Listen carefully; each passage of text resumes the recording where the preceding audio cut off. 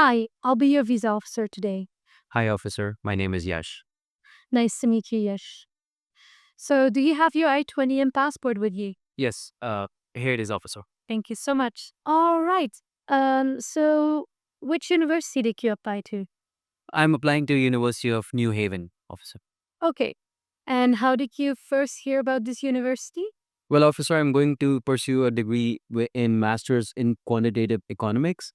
I learned more about the U.S. university rankings in the field of economics, and University of New Haven was one of the top 15. That's how I actually came across this one. Okay, and what other factors did you consider before choosing this university? Well, officer, mainly three things.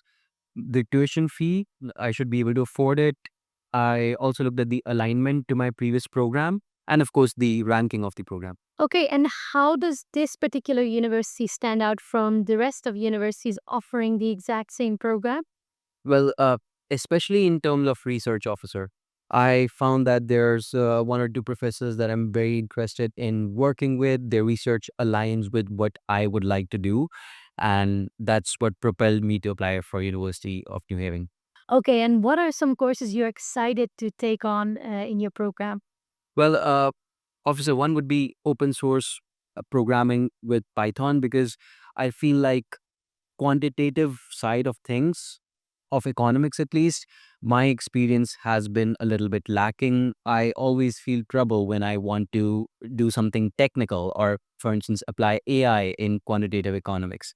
And that's what I feel has been a bit of a weaker point for me as well. That's why I'm excited to take on courses which are more towards coding and quantitative economic side of things. Okay, makes sense. And are there not similar programs in your home country that would be offering the same kind of curriculum? There are. I actually checked a couple of programs in India itself first, but to be honest, we focus on a lot of theoretical education here as compared to the practical education, which I've heard of that you guys do in the US. And that's why I'm focusing on going to the US right now.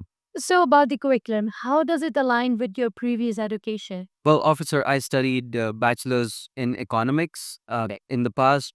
So it is a direct extension of that. It's just that the computational methods and the quantitative side of things, which I was weaker in, this program focuses exactly on that. And hence it ties into what I've already done. Got it. And what is the duration of this program? It's 3 semesters, officer. Okay, all right. Apart from that, what are your short term and long term career goals? Well, officer, for the short term, I'm hoping to work at some of the bigger organizations, understand and gain more experience in how they like to solve their problems in efficiency and economics. In the long term, I would like to set up something of my own, which I can use to help small, medium, or even larger size corporations in terms of helping them with their economics and cost effectiveness. Got it. So, how does studying in the US fit into your career plan? So, officer, even when I was working at my previous company, I realized that quantitative economics is not something which I find very strong within India. That's why when I study it in the US, I will be able to bring back some of those qualities over here and maybe use some of that in the starting up of my own agency in the future. Got it. So, my next question, do you plan on returning to your home country after studying in the US? Yes, officer, absolutely. I would like to set up my own company here itself. So, who is funding your education? So, as you may see on my 20 as one officer, my parents will be funding my education. So, what is the estimated cost of education per year? That should be around $41,000 per year, as estimated by my university on the I-20 as well. Yeah. Okay, and can you show proof of funds for your tuition fee and living expenses? Yeah, I do have my bank statements if you'd like to review them from my parents' last 6 months. If you would like, you can review them. Absolutely. Thank you so much. Okay. So that concludes the interview. I'm gonna congratulate you. Congratulations with the approval of your F-1 visa. Thank you so much.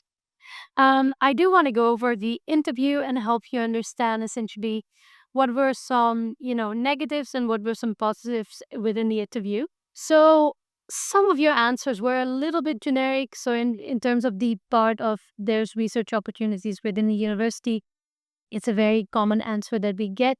But then the student is not really that specific. You were also not very specific. So that is a little bit of a con. Then apart from that, you mentioned 3 semesters instead of mentioning it in months or in years. So I would recommend doing that. And apart from that, I did find that you have a very strong reason for pursuit of studies outside of India, and that you also had a very clear goal on returning back to India. So, yeah, congratulations. Thank you so much. I appreciate it. All right, guys. So if you found this video helpful, of course, share it with the people who need to know. But this is just one of the several mock interviews we've done. We have videos on each and every question. For instance, why this university? Why are you studying in, let's say, US and not somewhere else, right? Questions that are critical for your interview. Make sure you go over them. They are available on this YouTube channel for free, and you can just check them out in our playlist. By the way, we also have now a free AI version of this mock interview itself, so you can now go ahead, sign up on YMGrad.com, take up that free AI mock interview. It should help you in your preparation. It's been trained on those exact visa interviews that, thousands of them that our team has helped with, and I hope that this video helps you out again. Goodbye and take care until the next time.